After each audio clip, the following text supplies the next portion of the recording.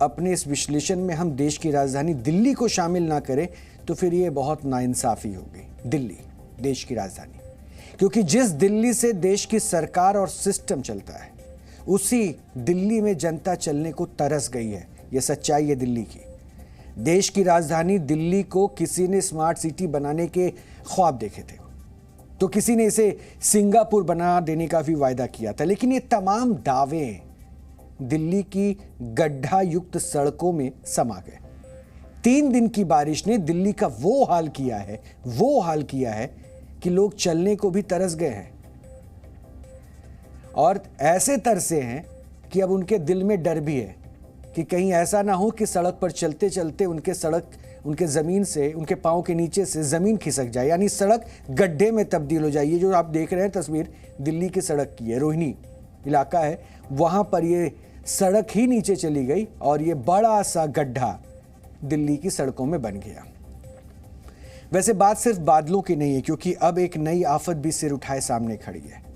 दरअसल पहाड़ों पर हुई जोरदार बारिश के बाद हरियाणा के हथनी कुंड बैराज से जो पानी छोड़ा गया है वो अब तेज गति के साथ दिल्ली की ओर बढ़ रहा है, और इससे दिल्ली में यमुना नदी के किनारे बसे इलाकों पर सबसे बड़ा खतरा मंडराने लगा है।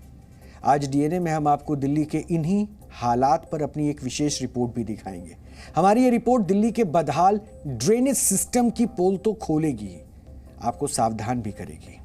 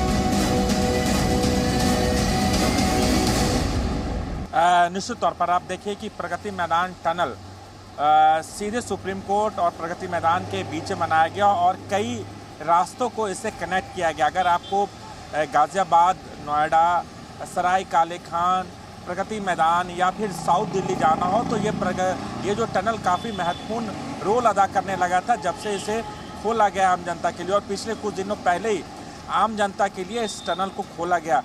लेकिन सबसे बड़ी समस्या है कि अभी 2 दिन की ही बारिश हुई है और 2 दिन की बारिश में ही इस टनल की पोल खुल गई है।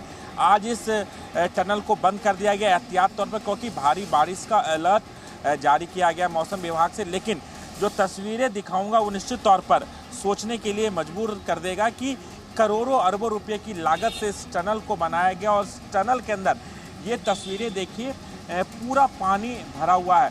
ये शुरुआती है, चूँकि अंदर बैरिकेड किया गया है, जाने की इजाज़त नहीं है और अंदर जैसे ही आप पहुँचेंगे मतलब आपके कमर तक इसमें पानी डूबा हुआ है और इसे निकालने की कोशिश निश्चित तौर पर प्रशासन के द्वारा की जा रही होगी, लेकिन वो तस्वीरें फिलहाल देखने को नहीं मिल रही है। बारिश के कारण ये जो गड्ढा एकदम सड़क नीचे धंस गई। ये पूरे सेक्टर 23 और 24 का यही हाल है, जगह जगह कंस्ट्रक्शन है और ये दिल्ली सरकार की नाकामी है। और ये कोई आज पहली बार नहीं हो, ये चीज़ें यहाँ होती रहती हैं। आप देखोगे पूरा सेक्टर 23 और 24 खुदा हुआ है। दिल्ली में देखिए वैसे तो व्यवस्था करी गई है कागजी तौर पर कि ताकि जल भराव ना हो। अब एक तस्वीर आपको हम लोग और दिखाते हैं। ये आप देखिए, ये आनंद पर्वत की तस्वीर है और आनंद पर्वत में जो पॉथहोल्स हैं जो बनाए गए थे कि जल भराव की स्थिति ना हो और कभी भी जो पानी है वो पानी इन पॉथहोल्स के अंदर चला जाए। लेकिन यहाँ पर जो हालत है, यहाँ पर अगर हालत आपको दिखाएं तो आप देखिए कि किस तरह से गाड़ियाँ फंस रही हैं और कारण उसका क्या है कि वो जो आपको सामने पॉथहोल दिख रहा है उस पॉथहोल का से पानी बाहर निकलकर सड़कों पर आ रहा है। ये तो सर हर बारिश में होता है, हर बारी होता है। हमें पानी का सामना करना पड़ता है, हमें डूब डूब के पैर नीचे डुबा के जाना पड़ता है। कई महिलाएं गिर भी जाती है तो दिक्कत तो है। ये आनंद पर्वत में ये समझो एक तरह से पिछड़ा हुआ है। सीवर का कुछ है नहीं, पानी कहाँ जाएगा? सीवर की सफाई नहीं, नाला कभी भरे हुए हैं, पानी की निकासी नहीं है कहीं। यमुना का जल स्तर लगातार बढ़ता जा रहा है, क्योंकि हरियाणा के हथनी कुंज बैराज से 1 लाख क्यूसेक पानी छोड़ा गया है और ये पानी सुबह 10 बजे से लेकर 12 बजे तक दिल्ली में दस्तक देगी। लेकिन दिल्ली सरकार ने इसकी पूरी तैयारी की है। फ्लड डिपार्टमेंट ने अपने तमाम जो बोट हैं वो तैयार कर रहे हैं। लगभग 45 बोट तैयार किए हैं और यमुना का जलस्तर बढ़ने से दिल्ली के 6 जिले प्रभावित होंगे। पल्ला से लेकर जैतपुर तक तमाम जगहों पर इस तरह से अनाउंसमेंट कराया जा रहा है और अनाउंसमेंट करके जो लोग यमुना किनारे रह रहे हैं उन्हें हटने के लिए दिया गया है। और इसके साथ साथ जो डीएम और एसडीएम लेवल की लगातार मीटिंग चल रही है। जो लोग यमुना किनारे रह रहे हैं उन्हें सुरक्षित स्थान पहुंचाने की भी तैयारियां शुरू कर दी गई है।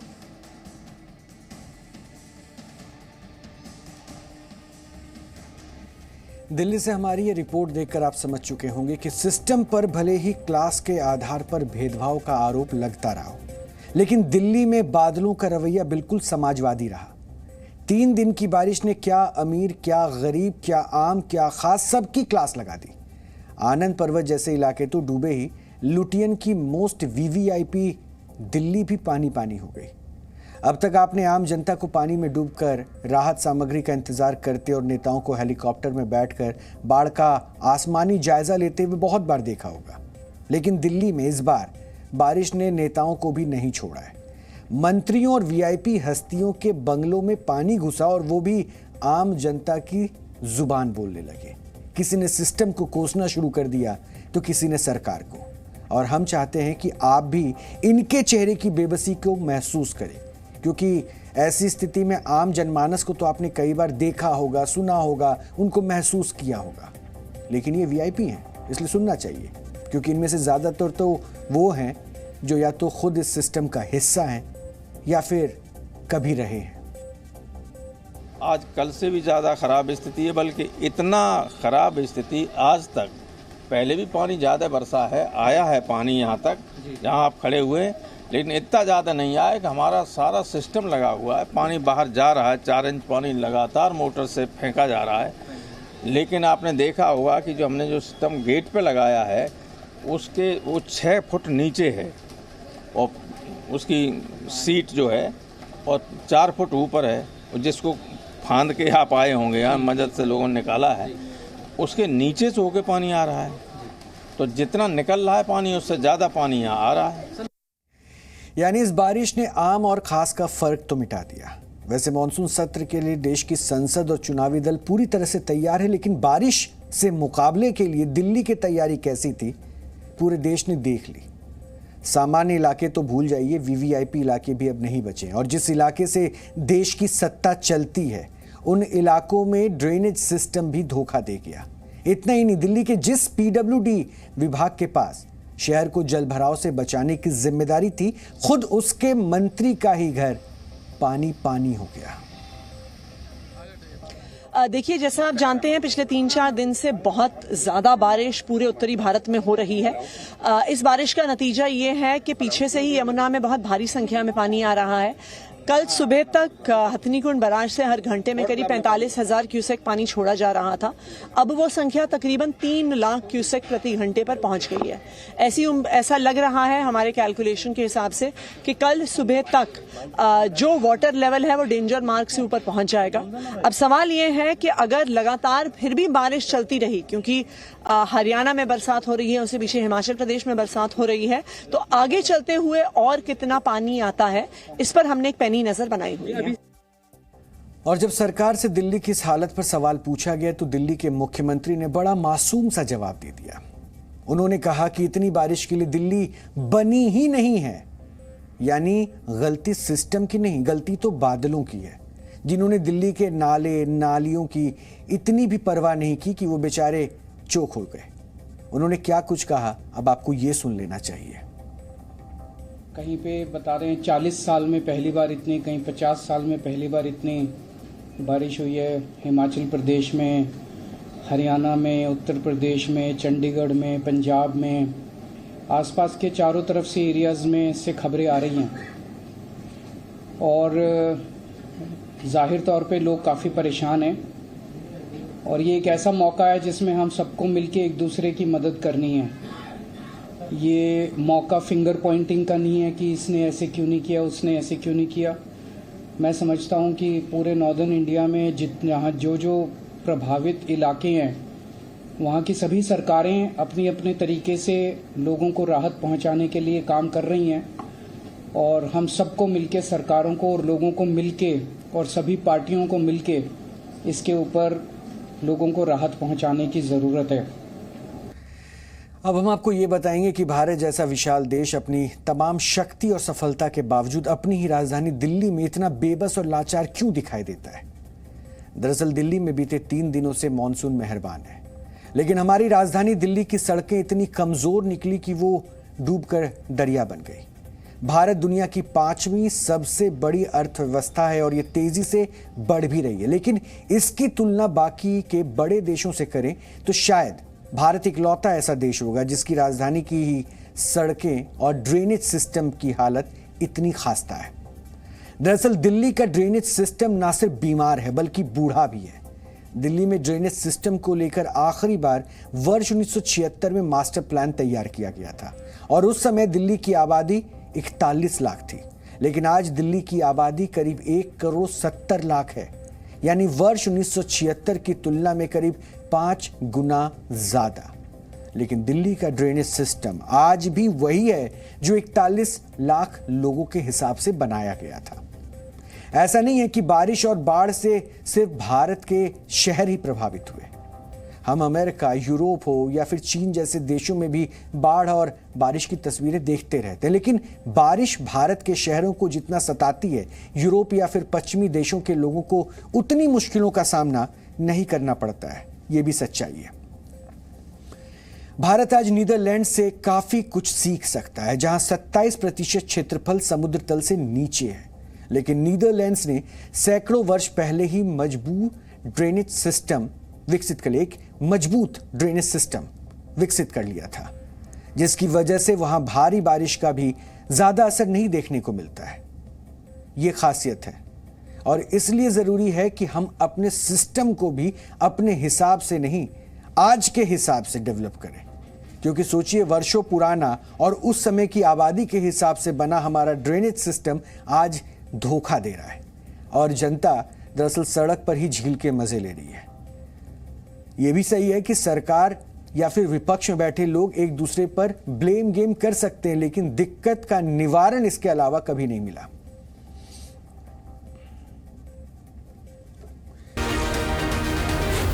जी